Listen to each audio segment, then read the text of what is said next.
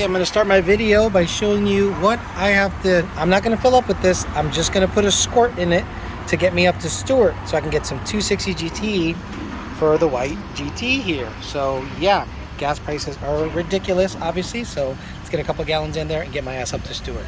Okay, so I basically asked for $150 on basically this pump, 260 GT, over in Cannon Road, Stewart. So I'm gonna fill up the car, and hopefully it takes about 10 plus gallons, and then I got this guy for the overflow, and we'll see how much.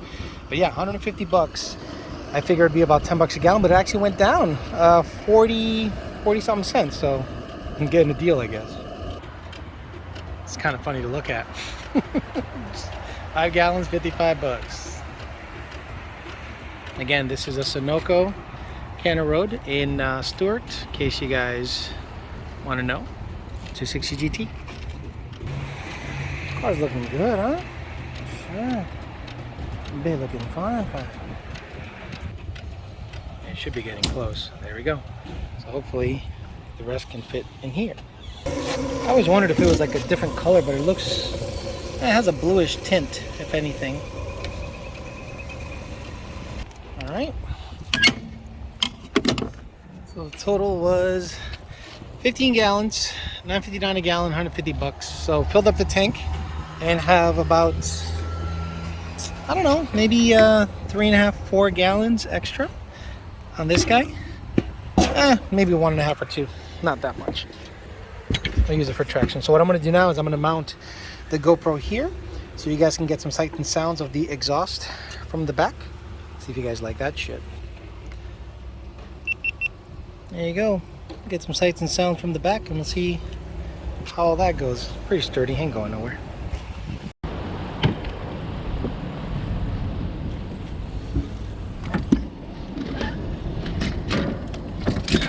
Hey bro, sick car. Thank you. I heard you coming in, it was loud. It's not bad. Yeah. Thanks, man.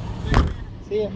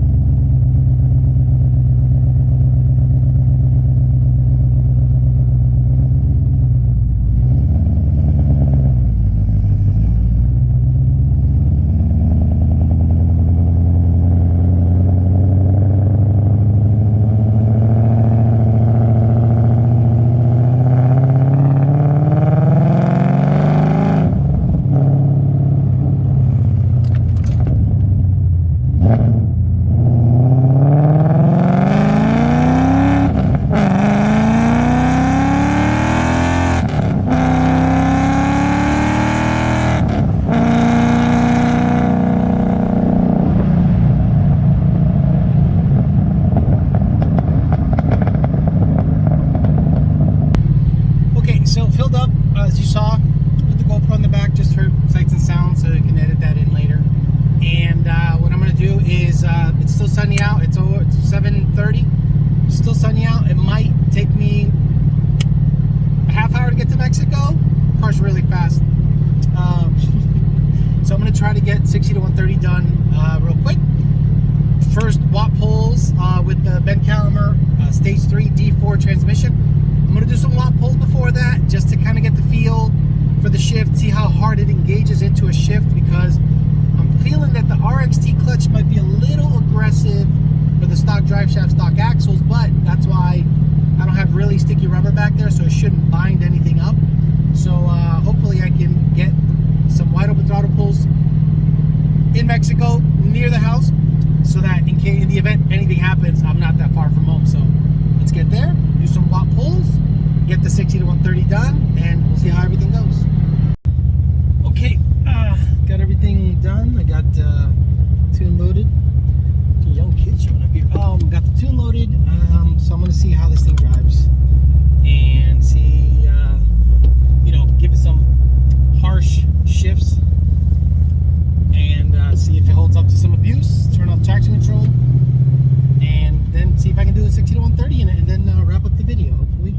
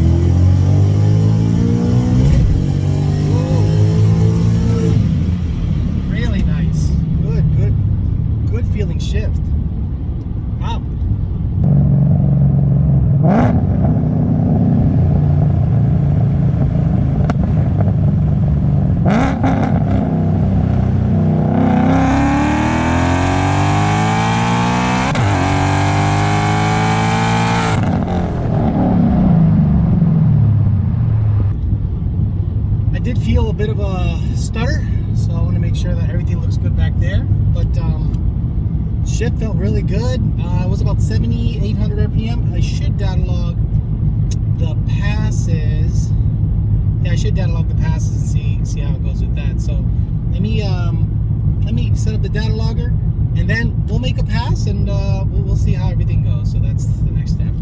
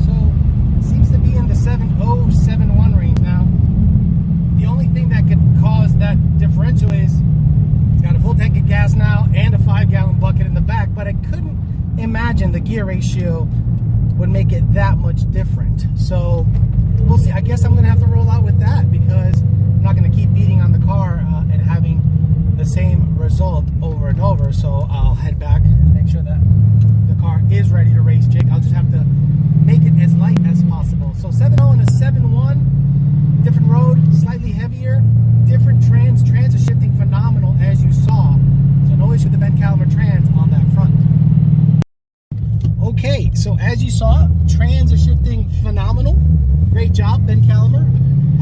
I wish I could do an apples to apples, because let's be honest, an apples to apples between the stage 2 and the stage 3 is doing a 60 to 130, same weight, same conditions, and then shoving the different trans in on the same day, same conditions.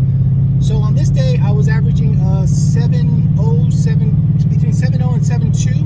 I did a couple of runs that I didn't get to record on video, but it's in the low 7s, which is consistent to what it was before. And the car is sitting a little heavier than it was before, and it is a different trans, different clutch. But overall, you guys hear the shifts. That's why I wanted to put the GoPro in the back. Crisp, phenomenal. I mean, do not hesitate to get this Ben Calimer Stage 3. I am beating the shit out of this car, guys. And at about 720 wheel with a stick, and I'm going low 7, 60 to 130. I say that's pretty decent. To get into the 6s, obviously I'm going to need to be well into the 800 horsepower range, maybe a 3.3 pulley. But honestly, after going through all of this stuff that I'm going through with this Vortec, I just don't think this is going to be the last blower that's on this car. I might want to eventually go turbo, since I have not done that yet. I got a Whipple in the blue car. I had a TVS in the red car in the Fairmont, and I've had a centrifugal in this, which I love. But I think it's time to shove a turbo in it. But I'll race Jake as is, as promised. We're both making similar power. He's 10R80, 4-wheel drive, turbo. I am stick, 12 PSI, 10 PSI or so, same horsepower. So we'll see. So hopefully you guys appreciate the videos and the sounds and the sights that I was able to bring to you guys with the Ben Calimer Stage 3. The next video has to be me racing Jake. I know it sounds like I've been saying that for 10 years. But I got to race Jake and get it over with, so I'm going to go ahead and set that up sometime, maybe this or next week.